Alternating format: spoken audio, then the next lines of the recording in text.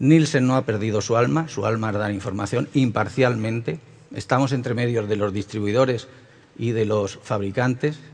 Estamos en medio de todos los fabricantes cuando hablamos de sus participaciones. Estamos en medio de los distribuidores cuando hablamos de su participación en el mercado desde el punto de vista de la distribución. Y lo que hoy voy a contarles un poco es la parte de detallistas de gran consumo, que es un mercado muy estable, es un mercado que aparentemente no tiene grandes movimientos, pero que es súper interesante de estudiar, puesto que esos movimientos se descubren cuando te metes dentro. El punto más importante de los crecimientos de los mercados de consumo, obviamente, es la población. Pongo un gráfico de 10 años, porque en 10 años ha habido un cambio, una revolución en España, que no nos enteramos hasta el año 2003, que había un montón de personas, no quiero llamarle ilegales, emigrantes, algunos sin papeles, que llegaban a España. Eso nos ha dado un 11 o 12% de crecimiento de consumo, obviamente, por estas personas.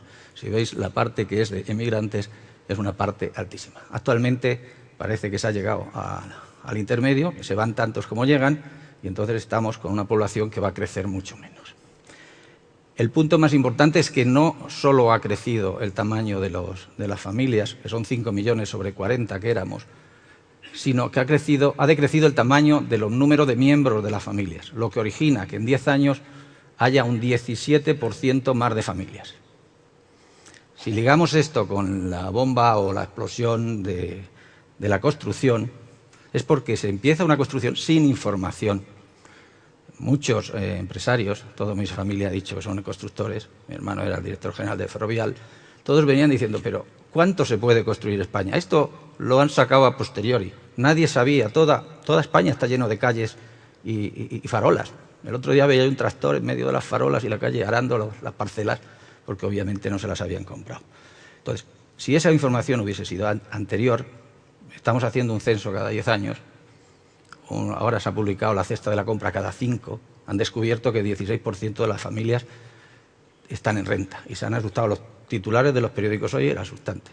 Realmente solo hay un 2% más, pero anuncian como si los 16% fuera un avance del último año.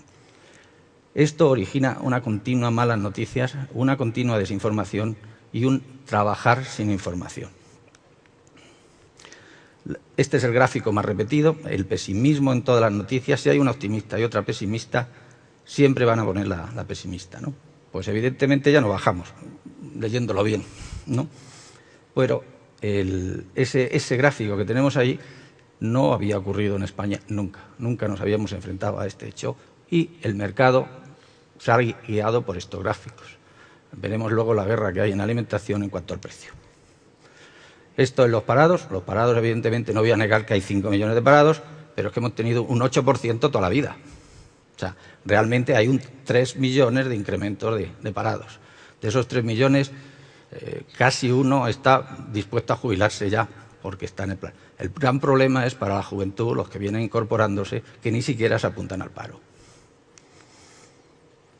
Hablando de optimismo, Nielsen hace en todo el mundo una encuesta de nivel de confianza, de nivel de optimismo. Como veis, he cogido los países más referenciales alrededor nuestro, pues si veis, pues son los que están, excepto Italia, en los que denominan PICs, o por llamarlo de otra forma, Portugal, Irlanda, Grecia y España. Estos países, a veces no sabemos, esto lo empezó a hacer Nielsen, porque el índice de confianza iba ligado a los desarrollos de los mercados. Nunca sabemos si es el huevo o la gallina, pero evidentemente nuestra posición de optimismo es muy tardía. Cuando hace 5 años no estábamos ahí, estábamos en la parte alta.